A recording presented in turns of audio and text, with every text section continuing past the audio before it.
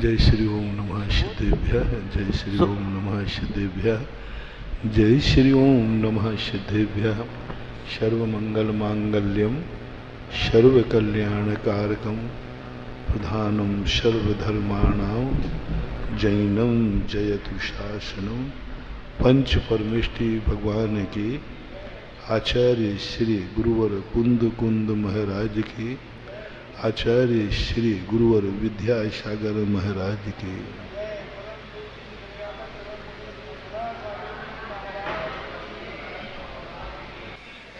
व्यक्ति सब कुछ करता हुआ भी कुछ कर नहीं पा रहा है। इच्छाएं कर उत्पन्न हो जाती हैं, लेकिन इच्छा अनुसार जी नहीं पा रहा है। एक ऐसी व्यक्ति के जीवन में विडंबना है। इच्छाएं उत्पन्न होती हैं, लेकिन खेद जब होता है जब वो इच्छा पूरी नहीं होती। जिंदगी व्यक्ति जीना चाहता है,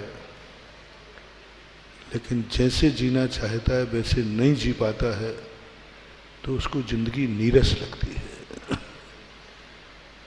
व्यक्ति जिंदगी से संतुष्ट नहीं है। वो जैसी जीना चाहता है वैसा जिए तब संतुष्टि है। व्यक्ति सोच रहा है, मन है, उससे आनंद नहीं है, उससे सुखी नहीं है। वो जो सोचना चाहता है वो मन में आए तो आनंद आता है। उसको आंखों में देखने की शक्ति है, उस देखने की शक्ति से वह खुश नहीं है। वो जो देखना चाहता है वो दिखे तो आनंद है। हमारी कान स्वस्थ हैं, बहुत अच्छा सुनते हैं, इसमें से उसको कोई खुशी नहीं है। वो सुनना चाहता है, वह सुनाई पड़े तो खुश होता है। रसना इंद्री में लगा लो, रसना इंद्री बहुत अच्छी है, स्वाद लेता है, उसका उसे कोई खबर ही नहीं है। वो जो स्वाद लेना चाहता है वो लेवे तो आनंद है। बोलने की ताकत है, इससे वह खुश नहीं है।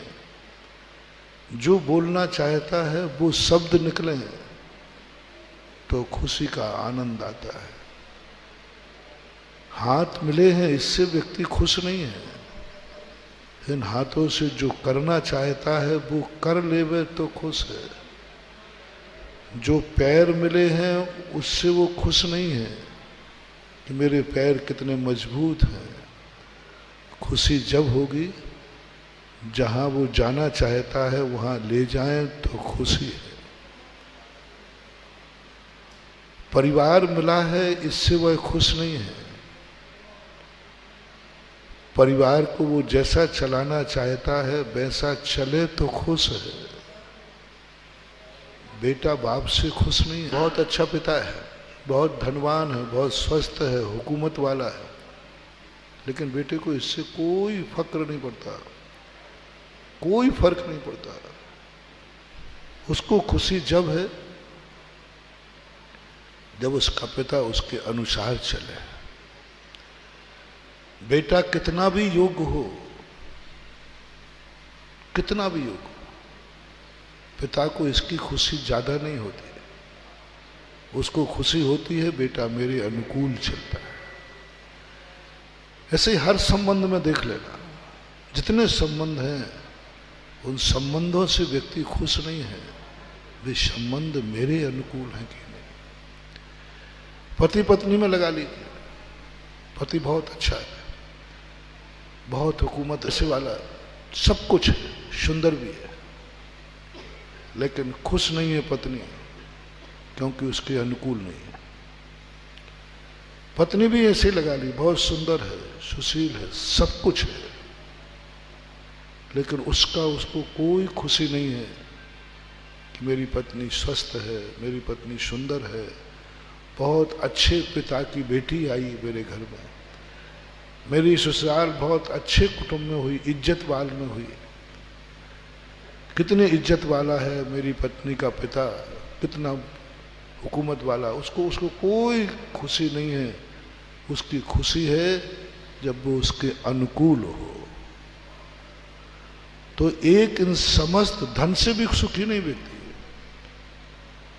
है। धन जब उसकी अनुकूल मर्जी से खर्च होता है तब खुशी होती है।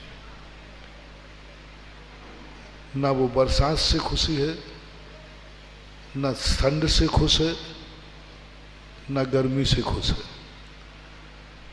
उसको जिस समय गर्मी चाहिए उस समय गर्मी मिले तो खुश है, जिस समय ठंड चाहिए उस समय ठंड मिले तो खुश है, जिस समय बरसात चाहिए बरसात मिले तो खुश है। यानी व्यक्ति की खुशी उसकी अनुकूलता में है, सारांश। जो कुछ दुनिया में वैभव है ये सब न पुण्य है न पाप है। इसलिए सर्वज्ञ भगवान ने कर्म सिद्धांत का जब कथन किया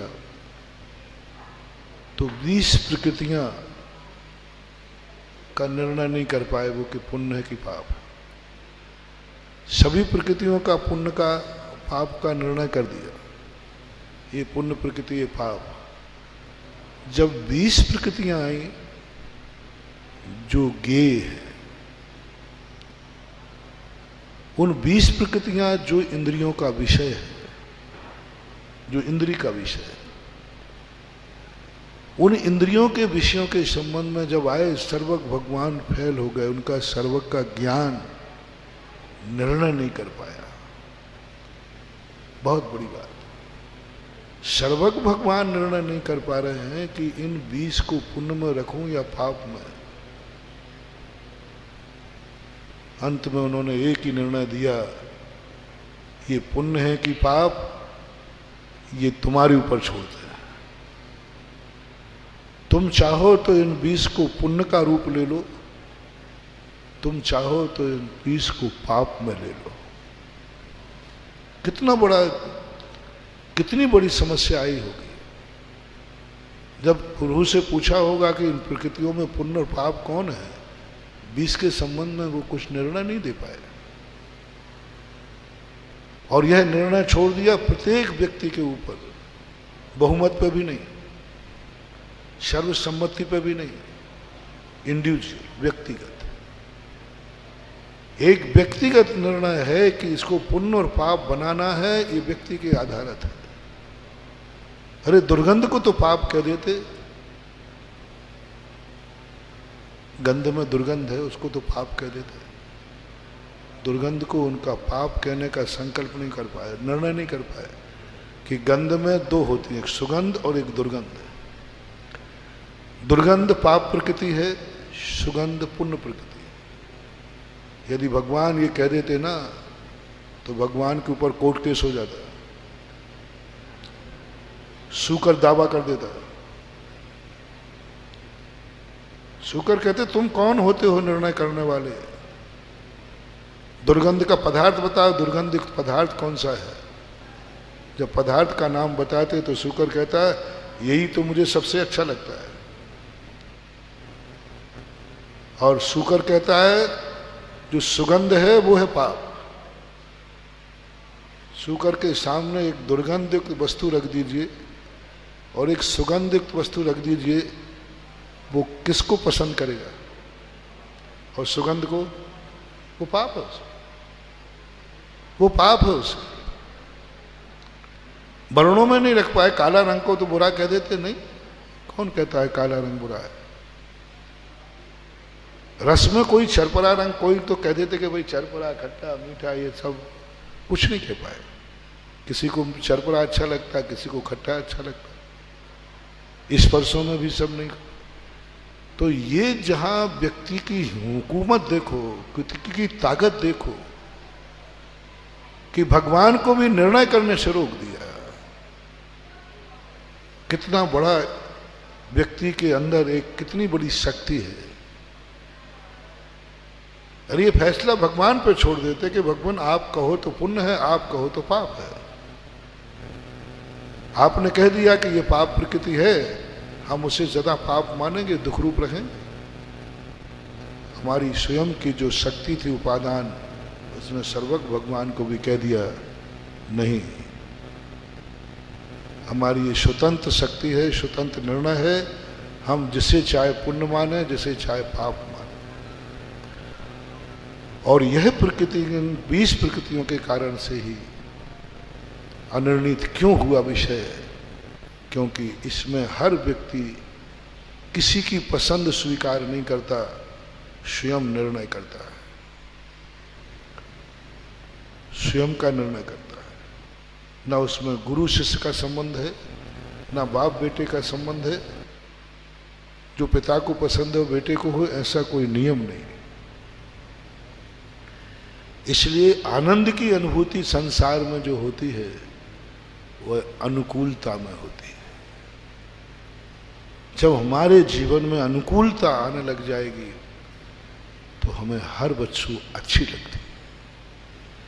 दुनिया की दृष्टि में भली वो गंदी हो, लेकिन मेरी इंद्रियों के अनुकूल और मन के अनुकूल है तो हमें वो अच्छी लगती है। बस इसी से होता है संसार का निर्माण। संसार का कोई निर्माता नहीं है, संसार के निर्माता है इच्छा, संसार का निर्माता है अनुकूलता, संसार का निर्माता है कोई भी पदार्थ हो।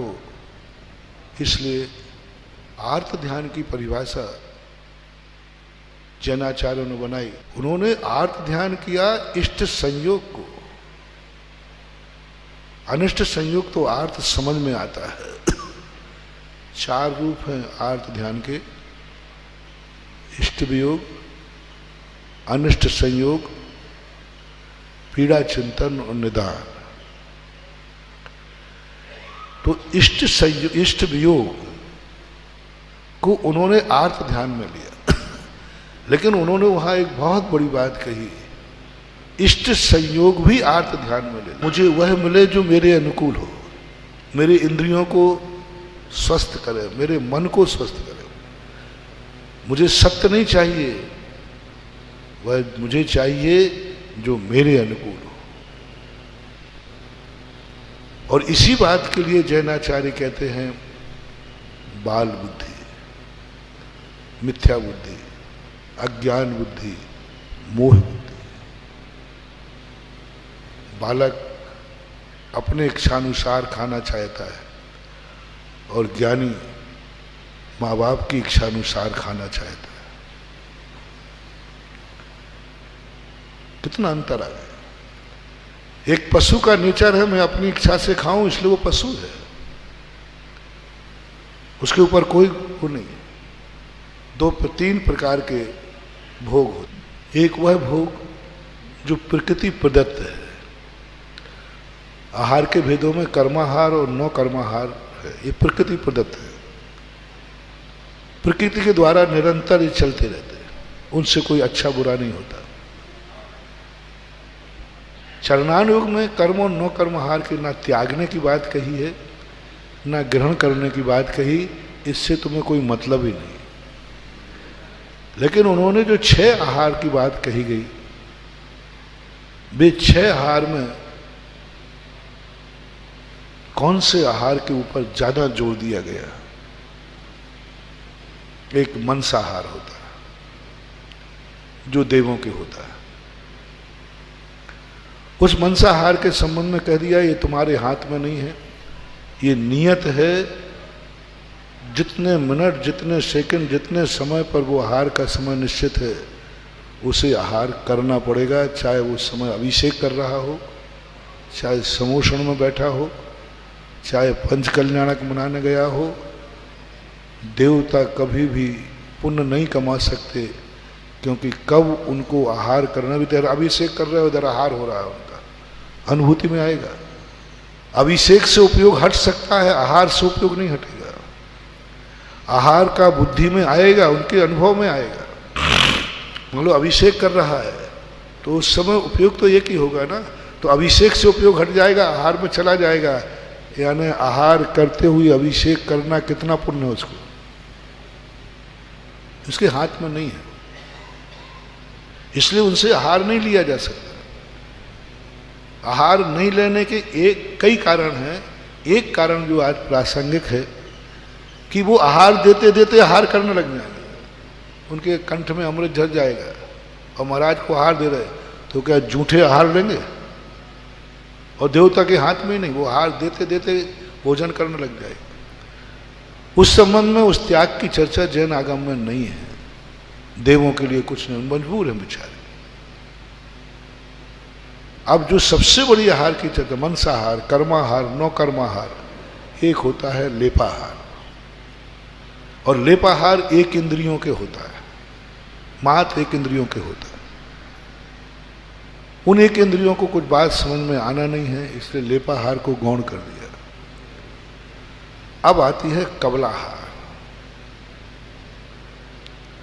कबलाहार के ऊपर सारा का सारा पूरा धर्म कबलाहार पर टिका हुआ है। खासतौर से जैन दर्शन में जितनी आहार की चर्चा की, आत्म प्रधान दर्शन है, लेकिन सबसे ज्यादा ध्यान जैनाचार्यों का आहार पर गया। जैनी सबसे ज्यादा नाटक किसमें करते हैं? तुम्हारे महाराज सबसे ज्यादा नाटक किसमें करते हैं? अरे घबराओ मत, ये खाना मर्यादित खाना, 16 का खाना, 17 का खाना, ये खाना, ये देगा, ये नहीं देगा, वो देगा। अरे सीधे भूख लगी, खाओ पियो, छुट्टी पाओ, क्या ये नाटक करना? नहीं, ये नहीं देगा, ये देने का पात्र नहीं। भूख तो मिटाना ही मात्र है, तो भूख तो किसी भी प्रकार का आहार खाने से मिट सकती है और कभी भी खाने से मिट सकती है। लेकिन जैन आचार्य ने कहा नहीं, कबलाहार के ऊपर मोक्ष मार्ग टिका है, कबलाहार के ऊपर मोक्ष टिका है, कबलाहार के ऊपर सम्यक दर्शन ज्ञान चार्य। सब जैन दर्शन की शुरुआत आहार से हुई।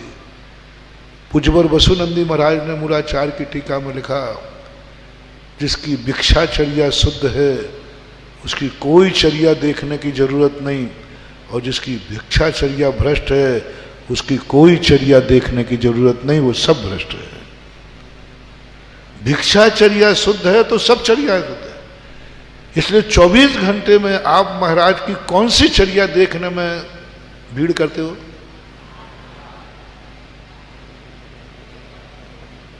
महाराज ठीक ठाक ले रहे हो तो नमोस्तु करो, और चर्या से तुम्हें कोई लेना देना नहीं। महाराज ने प्रतिक्रमण किया कि नहीं किया, अब महाराज वो आप जानो, हम तो बाहर जा रहे हैं।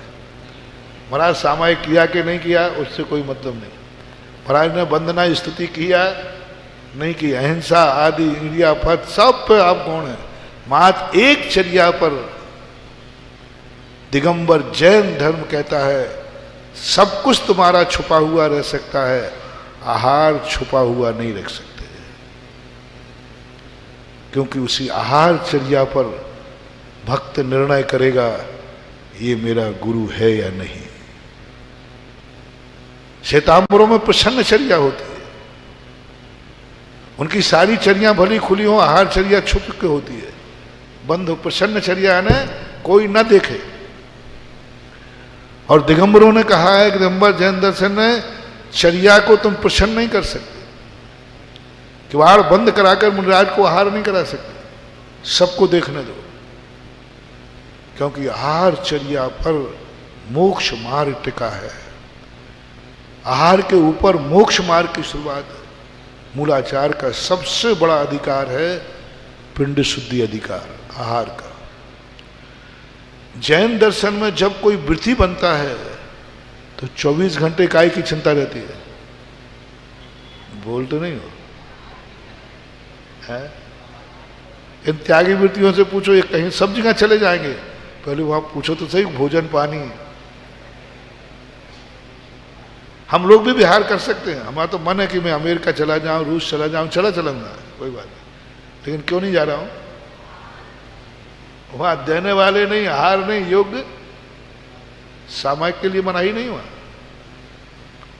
सबसे ज्यादा दिगंबर साधु को विहार करने में बाधक क्या बनते हैं? सामायिक का स्थान, प्रतिकोण के स्थान। सबसे बड़ा क्या बनता है? आहारचर्या। वहां आहारचर्या नहीं बन पाएगी, शुद्धि नहीं बन पाएगी। इतना बड़ा कंसेप्ट जैन दर्शन का, एक भोजन जैसी चर्या पर मोक्ष मार्ग टिका दिया। भोजन जैसी छोटी सी चर्या जो एक मजबूरी में ली जाती है, एक औषधि है क्षुधा रोग की, उस औषधि के ऊपर व्रत कायम कर दिए। और उन्होंने कहा, पहले सम्यक दर्शन की शुरुआत कहते ही कहा, क्या खाते हो? मांसाहारी? जाओ बाहर हो जाओ। तुम्हारा खान पान कैसा है वहां से उसका निर्णय है। बाकी सब चीजें यहां की हो जाएंगी तो चल जाएगा, खान पान कैसा है? विश्व के किसी भी दर्शन पर, बस सबसे बड़ी दिगंबर जैन धर्म और विश्व के दर्शन पर सब एक ही चर्या है। किसी भी दर्शनकार ने खान पान पर कोई डिस्कशन नहीं किया, कोई चर्चा नहीं की।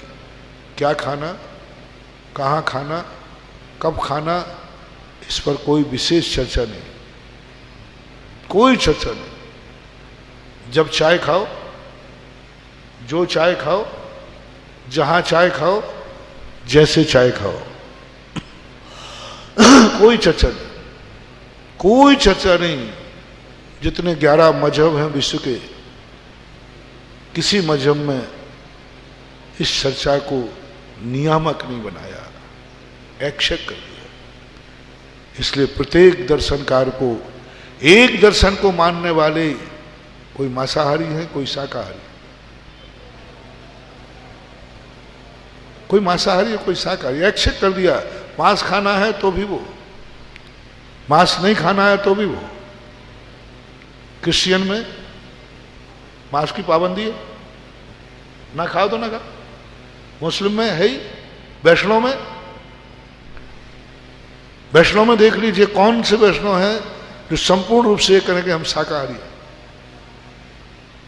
मांसाहारी भी वैष्णव है, शाकाहारी वैष्णव। अटल बिहारी वाजपेयी जी कौन थे? ब्राह्मण थे, लेकिन खुला पेपर में छपा था। यानी कोई दर्शन ऐसा नहीं जो खान पान के ऊपर डिस्कशन करे।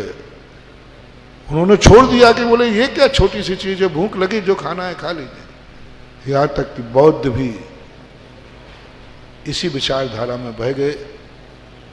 मात्र आज कोई दुनिया में आहारचर्या के ऊपर मोक्ष मार्ग की नींव स्थापित कर रहा है तो उसका नाम है दिगंबर जैन धर्म, जिसने कहा कि मैं यहां कंप्रोमाइज नहीं करूंगा। और उस पर डिस्कशन, और वहां पर सबसे बड़ी चीज बताई गई, जो व्यक्ति जो पर्याय अपनी इच्छानुसार खाएगी वो पर्याय से मोक्ष के दरवाजे नहीं खुलेंगे।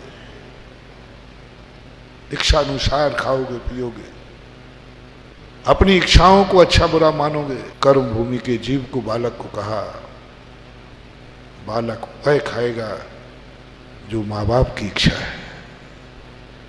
शुरुआत करो, 2 दिन के प्रवचनों की श्रृंखला जोड़ो। कल मैंने कहा था, कोई भी संस्कार आया है, संस्कारहीनता है, हमारी इच्छाओं के अनुकूल है इसलिए अच्छा है, यही हमारी पशुता है, यही संसार है, यही मिथ्यात्व है, यही अज्ञान है। जब जब एक मंत्र बनाओ, जब जब मेरे मन और इंद्रियों के अनुकूलता को हम अच्छा मानेंगे, तब तब हम औदैक भाव में हैं, संसार है, बंद हो रहा है, बंद हो रहा है। जब जब तुम्हारे मन में भाव आवे, कभी भी किसी में आज हवा मेरे अनुकूल चलना चाहिए, संसार का निर्माण होगा। आज धूप मेरे अनुसार निकलना चाहिए, संसार का निर्माण हो गया। आज बादल मेरे अनुसार बरसना चाहिए, संसार का निर्माण हो गया। तुम्हारे अनुकूल बरसने पर 100 खेत उजड़ेंगे, 100 की जिंदगी बर्बाद होगी, क्योंकि तुम्हारे यहां एक बाग है, उसको पानी चाहिए, इसलिए बरसा रहे हो। और उस नगर में 100 रहने वाले कुमार हैं जिन्होंने अभी मिट्टी के बर्तन बना के रखे हैं। एक आबाद होगा और 100 बर्बाद हो, क्योंकि अनुकूलता ज्यादा बड़ी नहीं होती, अनुकूलता व्यक्तिगत होती है। अनुकूलता में व्यापकता नहीं आती, क्योंकि वह बहुत छोटी होती है अनुकूलता। मैं कहता हूं बाप बेटे नहीं मिल पाते अनुकूलता में, दोनों एक बात को पसंद कर रहे, यहां तक कि हम खुद नहीं मिल पा रहे। आज जिस चीज को हम अनुकूल कर रहे हैं, कल उसी को हम प्रतिकूल करने लग जाए। अनुकूलता शब्द जो है, ये सबसे ज्यादा खतरनाक इस दुनिया के लिए बना हुआ है। इसको जीतना है। फॉर एग्जाम्पल, मैं तुम्हें उदाहरण दे रहा हूं, खाने की शुरुआत से कर रहा हूं। यदि तुम्हें सम्यक दर्शन चाहिए, यदि तुम्हें मोक्ष मार्गी बनना है, तो पहला एक नियम लेना पड़ेगा, मैं अपनी अनुकूलता का त्याग करता हूं। बस इसी का नाम तप है। इच्छा निरोधो तपः। मेरी कोई इच्छा नहीं है, मेरी कोई अनुकूलता नहीं है। क्या सोच रहे हो, क्या अनुकूलता? कुछ अनुकूलता नहीं। क्या देख रहे हो, मेरी कोई अनुकूलता नहीं। क्या बोल रहे हो, मेरी कोई, कुछ भी नहीं। अनुकूलता शब्द का त्याग, इच्छा नाम का त्याग। मैं अपनी इच्छाओं का त्याग करता हूं। बहुत बड़ी साधना। ये सब भावात्मक साधनाएं तो हर मत वाले में अध्यात्म है। सब मत वाले शांति का वर्णन करते हैं, सभी धर्म वाले कहते हैं शांति चाहिए, शांति चाहिए, जंजाल, ये सब कारण नहीं। जैन दर्शन कहता है तुमने अनुकूलता का त्याग किया है कि नहीं? अनुकूलता का त्याग। एक सज्जन मेरे पास आए, सन 1994 की घटना है, जयपुर के सांगानेर में। उस समय मैंने पदमपुरा में शिविर का छोटा सा आयोजन था, शिविर था। उन्होंने देखा होगा, सुना होगा। वो ध्यान की बात सुन, बोले महाराज जी मुझे यहाँ वहाँ की बातें मत सुनाना, कथा कहानी मत सुनाना। मैं कई बार अध्यात्म प्रेमी हूँ, इनकी बहुत चर्चाएं हैं। वो ध्यान एक क्लास में से आए थे, ध्यान की क्लास जाते थे। बोले उस ध्यान की क्लास में जो हमें ध्यान करा रहा था टीचर या जो व्यक्ति, उसने भी आपका नाम किया कि दिगंबर जैन में मुनिराज आए हैं, उनका ध्यान बहुत सर्वोत्कृष्ट है। वहां से सुनकर के मैं आया हूं। आप, और ये भी है कि आप जो बोलेंगे सही बोलेंगे। मैंने कहा भाई आप पहली बार ध्यान सीख रहे हैं या ध्यान और कहीं भी सीखा है? तो उन्होंने सब नाम दिए। महाराज मैं बौद्धों की पसना में गया, प्रेक्षा में गया, सारी दुनिया के जहां ध्यान की बात सुनता हूं मैं वहां दौड़ा चला जाता हूं। जहां मैंने ध्यान की बात सुनी, पागल हूं मैं ध्यान के लिए। कोई पता चल जाता ये ध्यान कराता, मैं वहीं दौड़ जाता हूं। मैंने कि इतनी जगह गए, तुम इतने स्थानों पर, क्या पाया तुमने? कुछ लगा कि तुम्हें सत्य मिल रहा है? बोले नहीं लगा। हर स्थान पर कल्पना लगी, हर स्थान पर सम्मोहन लगा, हर स्थान पर श्रद्धा लगी, हर स्थान पर अंधा हो गया। जिस ध्यान के पास गए, ध्यान के बाद वो कहता अंधे हो जाओ, जो मैं कह रहा हूं वो फीलिंग करो। ये तो सम्मोहन है। मैं जो कह रहा हूं वो करो, यहां पर ध्यान करो तो करो, यहां ये चीज है तो है, और ये तो संभव है। उनसे कह दिया कि नाभि में कमल का स्थान करो तो है, अब हमें दिख ही नहीं रहा है, काट पीट के भी देख लिया देखो बात तो सही है ना, काट पीट के भी डॉक्टर से दिखवा लिया कि भाई तुमने पूरे शरीर को चीड़ा फाड़ा है, यहां कोई कमल मिला? तो उन्होंने कहा कि उनको भी नहीं मिला, हमें भी नहीं दिखा, अंधे बन जाओ, टेक टू ऑर्डर, देखो कमल है, नाभि में है। तो महाराज जिस ध्यानी के पास गया हर व्यक्ति ने अंधा बनाया, अपने अनुकूल चलाना चाहा। हर ध्यानी कहता जो मैं कहूं वही सत्य है, अपने अनुकूल बनाने का प्रयास किया। जितने ध्यान केंद्रों में गया सबकी उसने निंदा की। मैं बहुत थोड़ा सा इसमें खोपड़ी बहुत आगे, मैंने कही जितने निंदा कर रहा है दूसरी जगह है उसमें मैं भी शामिल हो जाऊंगा। वो कह गया दिगंबर मुनि के पास गए, बोले गया, वहां भी गया, वहां भी उन्होंने अंधा ही बनाया। और हमारे पूज्यवर शिवचंद्र महाराज किसी को अंधा नहीं बनाते। कल प्रश्न आया था ना, विशाल सागर महाराज जी ने किया था, परीक्षा प्रधानी या आज्ञा प्रधानी। पहले जैन दर्शन परीक्षा करता है, बाद में आज्ञा देता है। इसलिए उपदेश सबको होता है, आदेश शिष्य को होता है। उपदेश सबको होता है, परीक्षा प्रधानी जैन दर्शन कहता है। तो हमारे यहां तो मैंने कही भाई ठीक है, बहुत अच्छी बात, सब जगह होके आए, अच्छा हुआ तुम सब जगह होके आए, अब कहीं नहीं जाना पड़ेगा।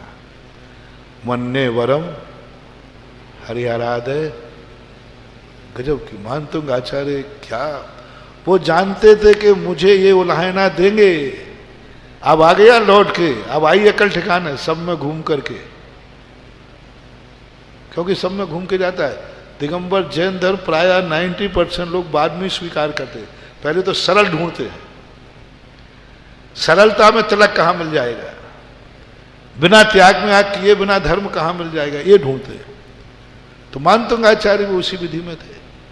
उन्होंने कहा ये सबसे पहले आए, अब 17 दुकानें घूम के फिर यहां आयो, अब आए हो, जब सब घूम लिया अब आई अकल ठिकाने। ये टाइटल मानतुंग आचार्य जानते थे। तो उन्होंने पहले कहा भगवान ये उदाहरण मत देना कि तू सब में घूम करके और अब सुख पाने आया है। मन्ने वरम, अच्छा हुआ भगवान, सुनो सुनो भगवान सुनो, नाराज मत होना। अच्छा हुआ मैं दुनिया में घूम के आया, अब आपके पास से कहीं जाना नहीं पड़ेगा। और पहले आ जाता तो सोचता क्या पता यहां से अच्छा वहां हो। तो स्वप्नांतरे भी कदाचित मन्ने वरम हरिहराद ये दुष्टा दुष्ट येसु येसु हृदयम तो स्मृति किम वीक्षतेन भवता भुवि कश्चिन मनो हरति नाथ भवांतरेपि। क्या यदि भगवान को बड़ों को मनाने की कला सीखना है तो पूज्यवर मानतुंग आचार्य महाराज से सीखो। क्या कला है बड़ों को मनाने की। अपनी गलती स्वीकार करने को तैयार ही नहीं। गलती हो गई तो कहते क्यों नहीं होगी, बालक हूं ना। बालम विहाय जल संसत बिंदु बिंबो, सिद्धि कर दी, सिद्धि कर दी भगवान मैं बालक हूं। बोले कौन कहता है, आप देख लीजिए बालक को छोड़ करके कौन व्यक्ति है जो आकाश के चंद्रमा को पानी की कटौती में मान ले। बालम विहाय जल संसत बिंदु बिंबो मन्या का एक क्षति जना सहसा गृहित हूं। बोलो भगवान बालक हूं कि नहीं। बालक को जब वो माँ से कहता माँ वो चंद्रमा चाहिए, बोले चुप बैठ अभी आता है, कटोरी थाली में रख, देखे आ गया। तो बालक उस पानी में जो परछाई है उसको सही मान लेता है कि झूठी मानता है? सही, वो नहीं मानता कि छाया है। यही तो बालक मूर्ति की सबसे बड़ी सिद्धि की है। मानतुंग आचार्य ने इस श्लोक में कहा कि देखो मैं बालक हूं, चंद्रमा ऊपर है और मैं कटोरे में चंद्रमा मान रहा हूं और वही आनंद आ रहा है उसको। वो कह रहा है देखो दुनिया कहती चंद्रमा नहीं आएगा, आ गया ना, ये उसी से खेलता है। भगवान देखा आप सिद्धालय में बैठे हैं और मेरी जिनवाणी माँ ने कहा देख ये मंदिर की मूर्ति भगवान बैठा है, और मैं उसी में खेलने लगा और वही आनंद आ रहा है जो साक्षात भगवान को देखने में आनंद आता है। बालम विहाय जल संसद बिंदु बिंबो, वही आनंद है भक्त को। जैसे बालक को किंचित मात्र भी संदेह नहीं है कि ये कटोरे में जो चंद्रमा है ये नकली है, किंचित मात्र कह रहा हूं। यदि किंचित मात्र आ जाए तो वो लात मार दे, मम्मी झूठ मेरी बुद्धू बना रही है। उसको पता चल जाए कि चंद्रमा तो वो है ये नकली है, तो बोलो बालक क्या करेगा, बुद्धू बना देगा, मुझे बुद्धू बना रहे, फेंक देगा। लेकिन उसको जो देख के आनंद की अनुभूति हुई वो पूर्ण सत्य की हुई कि छाया की? पूर्ण सत्य की। यही चंद्रमा है, यही चंद्रमा है, ऐसी अनुभूति की। भगवान मुझे तो यही लगा जब मैं भगवान की मूर्ति को देखने जाता हूं तो मुझे तो यही लगता है यही भगवान है। किसके दर्शन करके आए हो? मुनि सुब्रतनाथ के, मूर्ति के भगवान के? बोलो। पूजा किसकी की थी? अभिषेक किसका किया था? नमोस्तु किसका किया था? जय किसकी बोली थी? बुद्धू कहीं के बालक है। हमें क्या लेना देना भगवान से? मुझे तो सत्य के आनंद से मतलब है। मानतुंगाचार्य महाराज पूज्यवर कहते हैं मुझे क्या लेना कि वो सही चंद्रमा है कि झूठा है, मुझे तो आनंद की अनुभूति, बस मुझे आनंद की अनुभूति याद है, यही सत्य है। वो भगवान हो, कोई भी XYZ कोई भी हो, जिसको तुम अपना कहते हो उसकी दो परिभाषा बनाना ना। जिसको तुमने अपना बनाया है उसके दुख में शामिल होना, और जिसको अपना बनाया है अपने सुख में शामिल करना। जाओ ये संबंध अमर हो जाएगा। अपने दुख में शामिल करने की नहीं कहा। और तुम लोग क्या करते हो? दूसरों को अपना बनाते क्यों? कभी ये काम आएगा हमारे दुख में काम आएगा। दुर्योधन की यही नीति थी। दुर्योधन ने जितने भी अपनी जिंदगी में अपने बनाए, मात्र एक रीजन था, ये मेरे काम आएंगे, मेरे दुख में काम आएंगे। वो ताजश्री को चाहता था, न द्रोणाचार्य को चाहता था, न कृपाचार्य को चाहता था, न कर्ण को चाहता था। वो किसी को चाहता ही नहीं था। वो तो चाहता था हर व्यक्ति मेरी इच्छा के अनुसार चले। रामायण देख, महाभारत देखा आपको? देखा होगा। दुर्योधन की सबसे बड़ी दुर्नीति थी कि हर व्यक्ति उसकी इच्छा की पूर्ति के लिए हो। पिताजी क्या करें? सब उसकी इच्छा की पूर्ति हो। इसलिए वो दुर्योधन था। जब जब आपने बड़ों को, कल के प्रवचन को संभालते हुए लेना, जब जब बड़ों से अपनी इच्छा पूर्ति करने का भाव आए तुरंत कर लेना मैं ही दुर्योधन हूं। वो दुर्योधन नहीं, वो तो चला गया। तुम ही दुर्योधन हो, क्योंकि हमें बड़ों से इच्छा पूरी कराने का भाव आ रहा है। जब जब तुम्हारे मन में ये भाव आवे, जितने हमारे लोग हैं मेरे दुख में काम आवे, मेरे दुख में, समझ लेना तुम ही दुर्योधन हो। सूत्र बनाओ, रिपीट करता हूं। बड़ों हमारे, बड़ों का सुख मेरे काम आवे दुर्योधन, मेरे दुख में बड़े सब काम आवे। दुर्योधन कभी किसी के काम नहीं आया, सारे बड़ों को अपने काम में लिया। दुर्योधन ने कभी बड़ों की बात नहीं मानी, हमेशा बड़ों से अपनी बात मनवाई। कभी बड़ों की इच्छा से अनुसार नहीं चला, हर समय अपनी इच्छा बड़ों से पूरी कराई। चाहे पिता से देख लो, चाहे ताजश्री से देख लो, सबसे अपनी इच्छाएं पूरी कराई। हश्र क्या हुआ? हश्र ये हुआ सब बड़ों को एक साथ मिटा दिया और स्वयं मिट गया। जब जब तुम्हें बड़ों से अपनी इच्छा पूरी कराने का भाव आवे, समझ लेना तुम्हारे मिटने के दिन आ गए। जब जब बड़ों को अपने दुख में शामिल करने का भाव आवे, समझ लेना मिटने के दिन आ गए। दुर्योधन का एक ही नीति थी, कर्ण मेरे काम का है। सुनना, कर्ण, ताश्री, द्रोणाचार्य मेरे काम के हैं, मेरे काम के हैं, मेरे काम आएंगे। ये दुर्योधन नीति है। थोड़ा पलट दो, थोड़ा पलट दो। मैं बड़ों के काम आऊंगा, मैं बड़ों के काम का हूं, मैं बड़ों के काम आऊंगा, मैं उनकी इच्छा पूरी करूंगा, उनके लिए जीऊंगा, उनके दुख में शामिल होऊंगा। रामचंद्र जी को उठा के देख लीजिए, रामचंद्र जी में युद्ध लड़े, एक भी बड़ों को अपने दुख में शामिल नहीं किया, एक को भी नहीं किया। अपने परिवार का बड़ा एक भी नहीं मरने दिया, और दुर्योधन ने एक भी नहीं बचने दिया। दुर्योधन ने एक बचने नहीं दिया और श्री राम ने एक मरने नहीं दिया। इतने संकट में है। गजब का प्रसंग है रामायण का।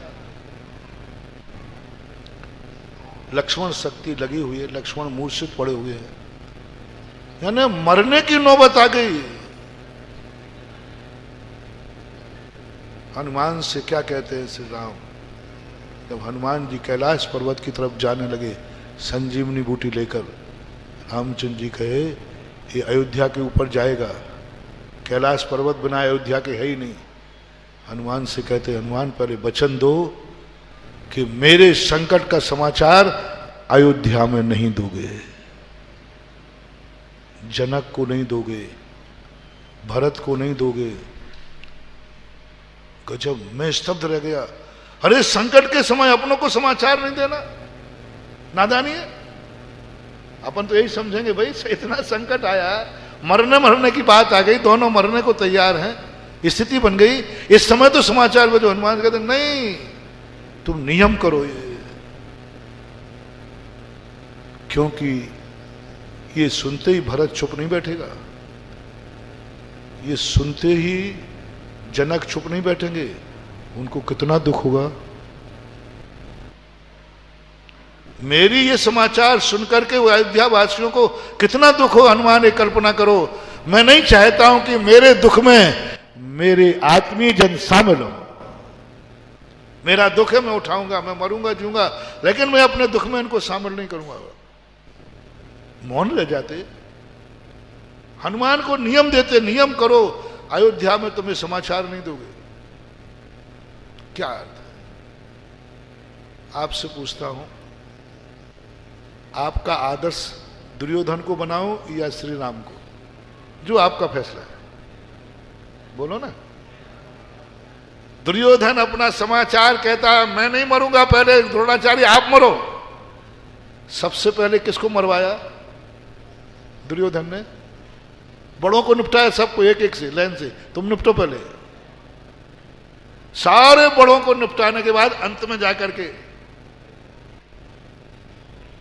और रामचंद्र जी कहते नहीं, मैं मरूंगा, मैं जो कुछ होगा। गजब का प्रसंग है। इसको मनोवैज्ञानिक ढंग से जब सोचो, तब ये बात रामचंद्र का, नहीं समाचार नहीं दोगे तो, क्योंकि तुम कल्पना नहीं करते हो कि उनको कितना दुख होगा, वो सहन कर पाएंगे या नहीं। और पूरा युद्ध लड़ लिया, एक भी अयोध्या वासी। और तुम क्या करना चाहते? इसलिए नियम करो, अपने हैं उनको अपने सुख में शामिल करना, और अपने हैं तो उनके दुख में शामिल होना। अपनों के दुख में सदा तैयार रहो, अपनों का, और जिसमें बड़े हो, पूज्य हो, उनके दुख में तो सदा शामिल होने का भाव करना, सदा शामिल होने का। एक ही नियम ले लो, तुम किस लिए जिंदा हो? अपने से बड़ों के दुख दूर करने के लिए, उनके दुख में काम आएंगे। उठना बैठना खाना पीना कमाना जो कुछ भी है किस लिए कर रहे हो? सब बड़ों के लिए कर रहा हो। आपकी भाषा में माँ बाप के लिए कर रहा हो। भोजन किस लिए कर रहे हो? बाल बच्चे पालने के लिए नहीं, माँ बाप की सेवा के लिए। दुकान पे किस लिए बैठे हो? पेट पालने के लिए नहीं, बाल बच्चे पालने के लिए नहीं। यदि तुम बाल बच्चे और पेट पालते हो ना, एक बार ऐसा हुआ था, जिस समय में यही उपदेश दे रहा था कि तुम लोग कहते हो नौकरी काहे के लिए कर रहा है, ये धंधा किस लिए कर रहा है? पापी पेट के लिए बोलते हो क्या? नहीं। और दूसरा क्या बोलते हो? बाल बच्चे में। ये मेरा बोलना हुआ, उसी समय से एक कुत्ता निकला यहां दौड़ के। अब मैं समझा इसी समय कुत्ता क्यों निकला। और मैंने कुत्ता ये कह रहा है, महाराज जी पेट पालने के लिए ये इतनी मेहनत कर रहे, इंजीनियर कर रहे, डॉक्टर कर रहे, इतनी मेहनत कर रहे, मैं इसका कुछ भी नहीं पढ़ा लिखा हूं और फिर भी पेट पाल लेता हूं, तो ये कौन सा तीर मार रहे हैं? ये तो इससे अच्छा है कि मैं पूछ लाता हूं, दिन भर में पेट भर लेता हूं। पेट पालने के लिए यदि जी रहे हो तो कुत्ते से ज्यादा तुम्हारी कोई औकात नहीं है, पशु पक्षियों से ज्यादा तुम्हारी कोई औकात नहीं है कि पशु पक्षी बिना पढ़ लिख करके शाम तक पेट भरते हैं कि नहीं? बोलो ना, थोड़ा कह देता। पेट भरते कौन नहीं भरता? पशु पक्षी भी उड़ करके शाम तक पेट भर ले रहे। नहीं रे जैनियों, नहीं रे उच्च कुलीनों, नहीं रे आर्य पुत्रों, पेट पालने के लिए हमारी जिंदगी नहीं है। पेट पालने के लिए इतने पाप नहीं, पेट पालने के लिए इतनी मेहनत नहीं। पेट तो कुत्ता भी पाल रहा है, कुत्ता भी पाल रहा है, वो कुछ भी नहीं करता। अब बाल बच्चों का नंबर लाओ। और आज बाल बच्चे पाल रहा हूं। कितने बाल बच्चे हैं? तो कुत्ते से गया बीता एक सूकर है, वो कहता क्या कह रहे महाराज जी? बाल बच्चे पाल रहा हूं। बाल बच्चे तो मैं भी पाल रहा हूं, ये तो 2 पाल रहा, मैं तो 12-12 पाल रहा हूं, फिर भी जी रहा हूं। बोलो पाल रहा है कि नहीं? आप लोग तो ज्यादा देखते रहते हो। एक सूकर बाल बच्चे पालता है कि नहीं? प्राण देके पालता है, प्राण देके पालता है, भूखा रह के पालता है। कबूतरों को देखो, जब वो अंडे सेते हैं ना, अन्न जल छोड़ करके बच्चे को पालते हैं, उस अंडे को खाने पीने नहीं जाते। वो इतना प्यार बच्चे को होता है, उसको पालते हैं। बंदर को देखो, छाती से लगा के रखता है। बाल बच्चे तो पशु भी पाल लेते हैं। तो मां बाल बच्चों के लिए जी रहे हो, बाल बच्चों के लिए कमा रहे हो, बाल बच्चों के लिए खा रहे हो। अब आप टाइटल दे दो, मैं नहीं दो, मेरे मुंह से बोलोगे तो। यदि इसी के लिए मां तुम्हारी जिंदगी है तो बोलो तुम्हारी दौड़ अभी कितनी हुई है? जितनी पशु की दौड़। पशु से आगे तुम कुछ भी नहीं हो, बस पूछ नहीं है, बाकी सब ठीक है। पशु। अब कोई ऐसी चीज बताओ जिसमें पशु को अपन कह सकें, हे पशु औकात में बोल। तो इसके लिए नहीं कमाता है, तो इसलिए नहीं खाता है। ऐसा कौन सा कार्य है जो पशु नहीं कर सकता? पशु माँ बाप से जन्म ले सकता है, लेकिन माँ बाप का पालन नहीं कर सकता, सेवा नहीं कर सकता। और तुमने नहीं की, जन्म तो ले लिया और माँ बाप की सेवा नहीं की, तो कौन सी कैटेगरी में? जल्दी आ जाओ, पशु की। क्योंकि वो नहीं कर सकता। उससे कहे, रे मूर्ख, तू पेट के लिए घूमता है, तू बच्चों के लिए घूमता है, और हम मानव वो हैं जो माँ बाप के लिए घूमते हैं, माँ बाप के लिए जीते हैं, उनकी सेवा करने के लिए जिंदा रहते हैं, जो पशु नहीं कर सकते। ये गर्व तुम्हारे अंदर आ जाए, मैं मनुष्य हूं। माँ बाप से जन्म लेकर के माँ बाप को भूल जाता है। ये पशु यानी या तो वो पशु में से आया है या पशु में, और जो जन्म लेने के बाद उपकारी को पूरी जिंदगी के अंतिम दिन तो छोड़ो, मरने के बाद उसके चेटका को भी पूछता है, वो है मानव। मरने के बाद भी उसके चेटका को भी स्मृति में लाता है, मरने के बाद भी उनको याद रखता है, मरने के बाद भी उनके संस्कार रहते हैं, मरने के बाद भी उनकी पुण्यतिथि मनाता है। पशु नहीं बनाता। पशु जैसे ही अपने पैर पे खड़ा होता है माँ बाप को भूल जाता है, उसको पता ही नहीं माँ बाप का। तो आज तक किसी पशु ने अपने माँ बाप की सेवा की? माँ बाप की नहीं की। तो जब तुम्हारे मन में ऐसा भाव जागे तो तुरंत आज का वचन याद रख लेना कि मेरी भावी पर्याय पशु की है। बोले क्यों? क्योंकि मैंने माँ बाप से जन्म तो लिया है लेकिन उनकी सेवा नहीं की, उनकी इच्छानुसार नहीं जिया, उनके दुख में शामिल नहीं हुआ, उनकी इच्छानुसार नहीं खाया, उनके अनुसार मैं नहीं चला, इसलिए मेरा भावी पर्याय पशु की है। मैं भविष्य वक्ता नहीं हूं, लेकिन मेरा तर्क ऐसा है जो झूठा नहीं निकल सकता।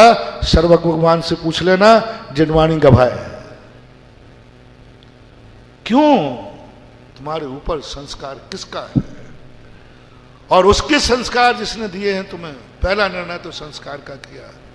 हमें अपने अनुसार कुछ नहीं करना, सब कुछ गार्जियन को छोड़ दो।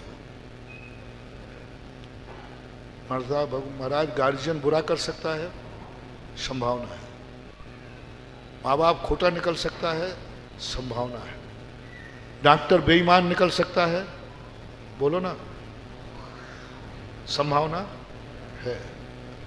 खेत में बीज बोया नहीं आए, संभावना है। गाड़ी में बैठे हो 1% एक्सीडेंट की संभावना है। संभावना ज्यादा है माँ बाप के खोटे निकलने की कि कम है? फैसला आप करो। अपन मीटिंग बैठे, एक सभा चल रही है, सभा अध्यक्षता में कर रहा हूं, प्रस्ताव आपका चाहिए। माँ बाप अहित कर सकते हैं, पॉसिबल है। माँ बाप खोटे निकल सकते हैं, इनका परसेंटेज ज्यादा होगा कि अच्छों का ज्यादा होगा?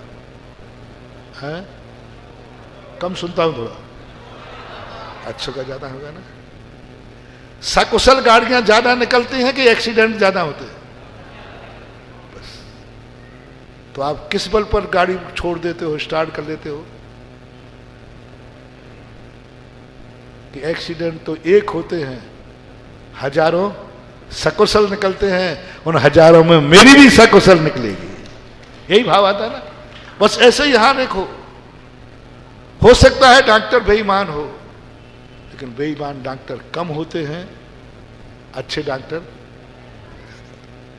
किसी दवाई से कोई मर जाए, इनकी संख्या कम है, दवाई से अच्छे होने वालों की संख्या ज्यादा है। हर मार्ग में ही लगाना, कुछ ना कुछ तो खोट हो सकती, रिस्क है, लेकिन उस रिस्क की तरफ ध्यान नहीं दो, परसेंटेज की तरफ ध्यान दो कि अच्छों का है। मेरे माँ बाप खोटे हो ही नहीं सकते। वो मुझे जो खिलाएंगे वो हित में होगा, जो कराएंगे वो हित में होगा। और मैंने नियम लिया है ना, मरूंगा तो माँ बाप के कहने पर, जीऊंगा तो माँ बाप के कहने पर, सब कुछ। महारानी लक्ष्मीबाई का एक उदाहरण संस्मरण में याद आ गया, 2-3 मिनट आपके हैं। जब महारानी लक्ष्मीबाई अपनी जिंदगी में बहुत संकट में घिर गई, मरने की स्थिति में आ गई, तब वो शांति के मरना मेरा निश्चित है, तो आत्महत्या करना चाहती थी क्योंकि घिर चुकी थी। बेटे को ऊपर बांधे थी, उसने खोल के बुलाया, बेटा मैं कौन हूं? बोले तू मेरी मां है। यदि मैं तुझे मार दूं तो? हर व्यक्ति की धारणा क्या है? मां वह है जो मुझे जिंदा रखे, हर मां वह है जो मुझे जिंदा रखे, हर मां वह है जो मेरे दुख में काम आए, हर मां वह है जो मेरे दुख को दूर करे। लेकिन लक्ष्मीबाई ने पूछा, बेटा यदि मैं मार दूं तो? बेटे ने एक ही बात कहा, चाहे मारो चाहे जिंदा रखो, तुम मेरी मां हो। फिर तुम मारोगी भी तो मेरे हित में और जिंदा भी रखोगी मेरे हित में। ये बेटे ने कहा, मर्दानी ने उसकी गर्दन काट दी। अब ये मेरा बेटा जन्म जन्म तक दुश्मन नहीं बनेगा, क्योंकि मैं मारूंगी भी तो इसको क्या धारणा है? मारोगे भी तो तुम मेरे हित में मारोगी, मार दे। बस अब तुम्हारी मां बता दो, मैं समाप्त कर रहा हूं। अब तुम्हारी मां कैसी है? इतनी खराब है कि जो मारेगी? तब भी क्या कहना है?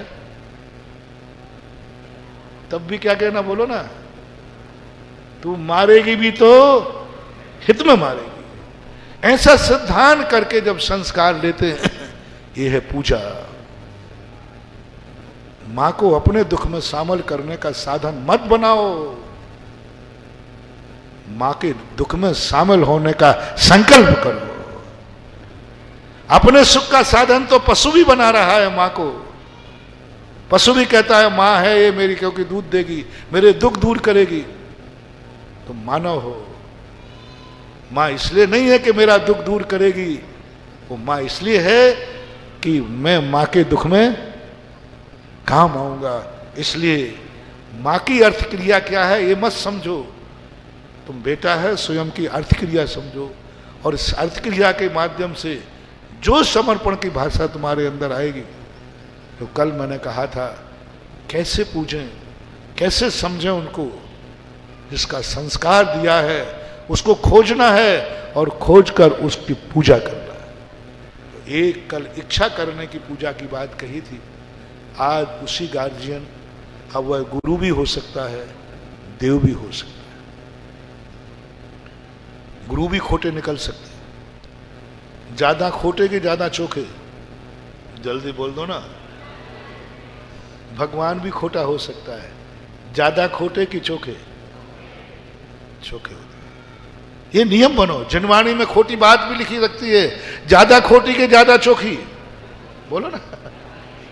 हाँ, कोई एक आध बात हो सकती है, चूक से कुछ लिखी जाए, क्योंकि कुंद कुंद भगवान ने कह दिया चूक तो हो सकती है, लेकिन चोखी ज्यादा है। उस चोखी को अपन को कीमत करना है, चोखी का मूल्यांकन करना है, क्योंकि हमें प्रकृति, संस्कार और संस्कृति, इसके संबंध में चर्चा कर रहे हैं। बस इतने कह के विराम करता हूं। महावीर भगवान की